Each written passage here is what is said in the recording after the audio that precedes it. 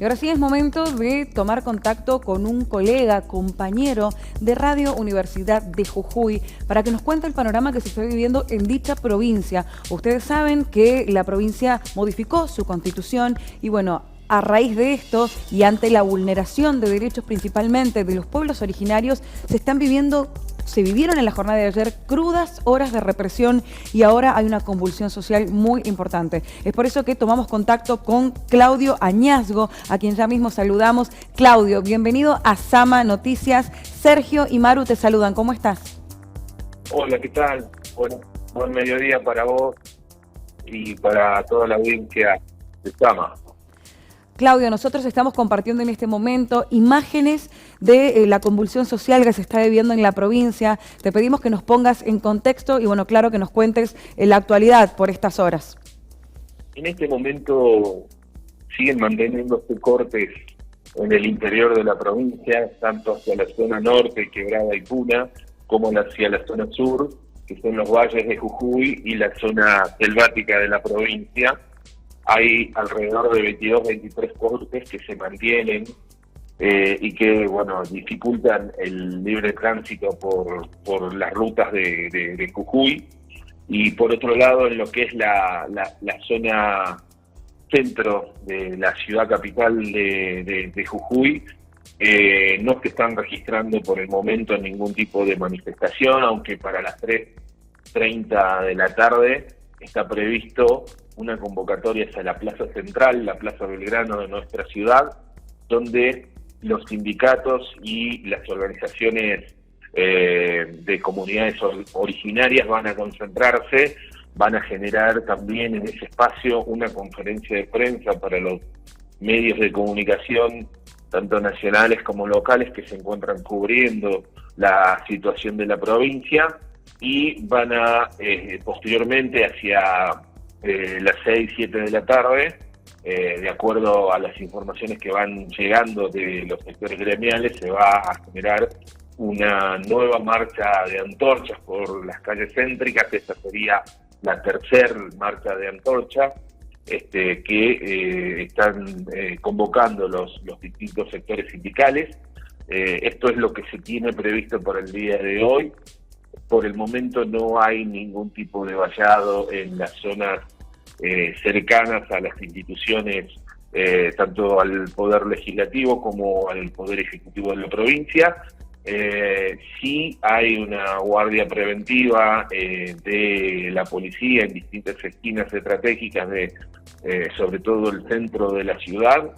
En ese contexto, ayer el gobierno de la provincia decretó asueto administrativo y escolar, y por otra parte varias entidades, tanto estatales como privadas, decretaron paros activos, con lo cual el movimiento en la ciudad de Jujuy es bastante moderado a escaso. Si bien hay transporte público, los distintos empresarios propietarios de las unidades de transporte público han expresado que ante el menor atisbo de problemas o roturas de alguna unidad, ellos van a discontinuar el servicio, pero bueno, hasta el momento no se han producido ningún tipo de enfrentamientos ni agresión de parte de la policía hacia los manifestantes, como de los manifestantes hacia la policía. Así que bueno, habrá que esperar cómo se desarrollan los hechos por la tarde, en el sentido de que las actividades que están planteando, sobre todo los sectores gremiales y las comunidades originarias, y cómo se desarrollan sobre todo la marcha de antorchas prevista, ¿no?, para última hora de la tarde de hoy. Paralelamente a los cortes, sí existe un grupo grande de familiares de detenidos en el día de ayer. Recordemos que había más de 78 detenidos, muchos fueron liberados, sobre todo los menores que habían sido detenidos. Había 5 menores de edad que fueron apresados por las fuerzas de seguridad y se los derivó al penal del distrito de Alto Comedero, que es una especie de ciudad paralela a nuestra capital, San Salvador de Jujuy. En ese espacio están las madres, los padres y los familiares de estos detenidos, Respecto a los menores, se ha procedido a su liberación, y hay muchos que aún no vuelven a recobrar su libertad porque, de acuerdo a la información que se registra, tienen algún tipo de causa pendiente o han cometido algunas contravenciones o delitos, y esto ha hecho que la autoridad policial y penitenciaria los mantenga en este espacio que es la cárcel del Alto Comedero, como le llamamos nosotros. Si bien hay un grupo de abogados de organismos de los derechos humanos y otros abogados convocados por las familias que están tratando de ver la situación de cada uno de los detenidos, todavía no se registran grandes novedades. Hubo el acceso de algunos familiares para determinados detenidos, no para todos. Bueno, sigue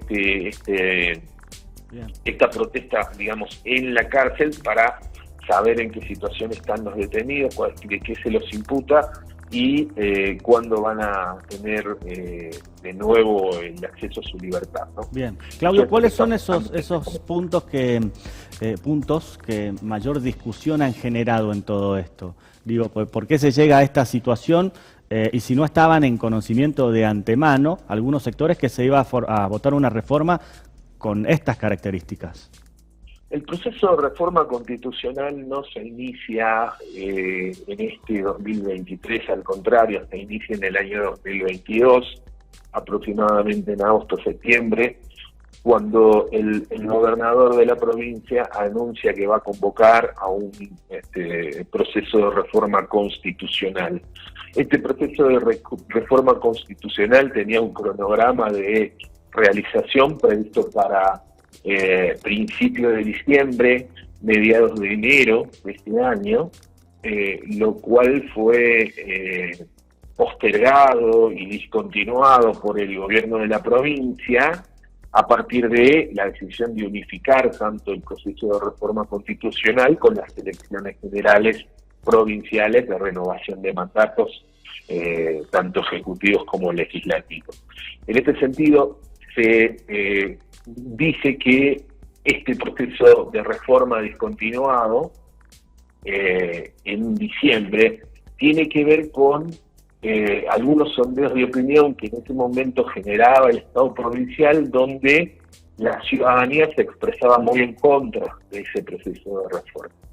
Ese antecedente es uno de los puntos que quizás en este momento no se tienen en cuenta al hablar de que se ha sustanciado la reforma y que esta reforma, al sustanciarse, es como un caso cerrado. Entonces, siempre es importante diferenciar dos cuestiones. El gobierno de la provincia y el partido gobernante en la provincia de Jujuy gozan de una altísima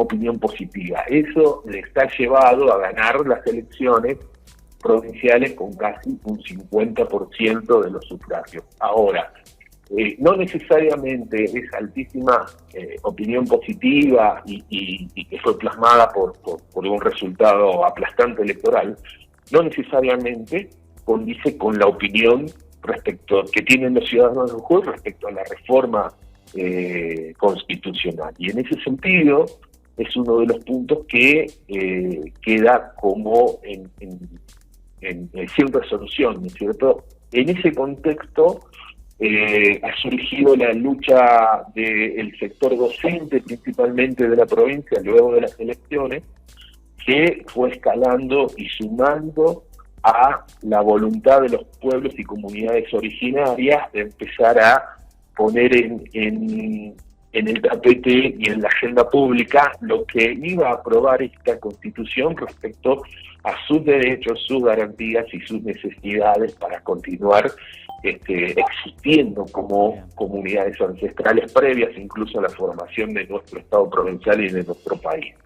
En ese sentido, tenemos que el gobierno ha decidido en el día, antes de ayer precisamente, modificar los artículos que estaba por sancionar la Constitución jurada de ser y volver a hacer un retroceso a lo consignado en la Constitución de 1986 respecto a las comunidades originarias y abrir una instancia de diálogo para consensuar de otra forma cómo debería ser este proceso de reforma en el aspecto específico de las comunidades originarias.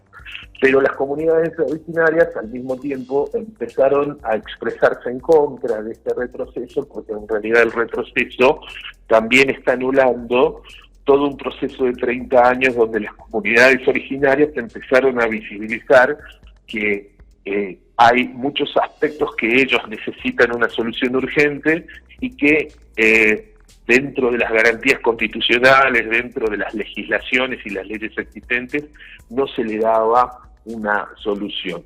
Recordemos que uno de los puntos esenciales tiene que ver, y ustedes, bueno, son una provincia minera, seguramente los ciudadanos de San Juan entienden y comprenden la importancia de la conservación del agua como recurso casi necesario e imprescindible para la vida humana. En ese sentido estamos hablando que los sectores más, digamos, convulsionados y contrarios a la reforma constitucional tienen que ver con comunidades de Quebrada y Puna, donde el acceso al agua en zonas semiáridas o áridas es muy difícil y el aprovechamiento de ese recurso tiene que ser interpretado como fundamental. Si no tenés acceso al agua es muy difícil que las comunidades puedan seguir subsistiendo. Evidentemente ellos interpretan que las explicaciones y las garantías que se da para la utilización del agua en cuanto a extracción de minerales o aprovechamiento de minerales como los yacimientos de litio que tenemos en nuestra puna jujeña, no contemplan la coexistencia con las comunidades, o este aprovechamiento va a contaminar las fuentes de agua. Entonces por eso es tan férrea la defensa y el reclamo de las comunidades originarias, y es interpretado por la mayoría de los jujeños como legítimo y válido. En ese contexto se han producido los incidentes de ayer, digamos, que tienen varias lecturas. Por un lado, el gobierno de la provincia menciona la presencia de infiltrados, por otro lado, los gremios que encabezan las protestas mencionan también la presencia de infiltrados, pero de la policía de la provincia. Hay algunos datos curiosos como la pérdida de algunos manifestantes, la pérdida de los ojos, ¿no es cierto? Es decir, rememorando lo que ha sucedido en Chile con los carabineros y tantos chilenos que han perdido su visión a partir de que las fuerzas de seguridad disparaban a la cabeza, al rostro. Esto no había pasado nunca en Jujuy, y es un tema que bueno, también está siendo discutido y abordado por los ciudadanos, ¿no es cierto? Bien. Claudio, un placer, muchísimas gracias por este contacto y este informe. Lógicamente vamos a seguir muy de cerca todo lo que está aconteciendo en aquella provincia. Gracias. Bueno, muy bien, muchas gracias a ustedes, un saludo a todos los sanjuaninos.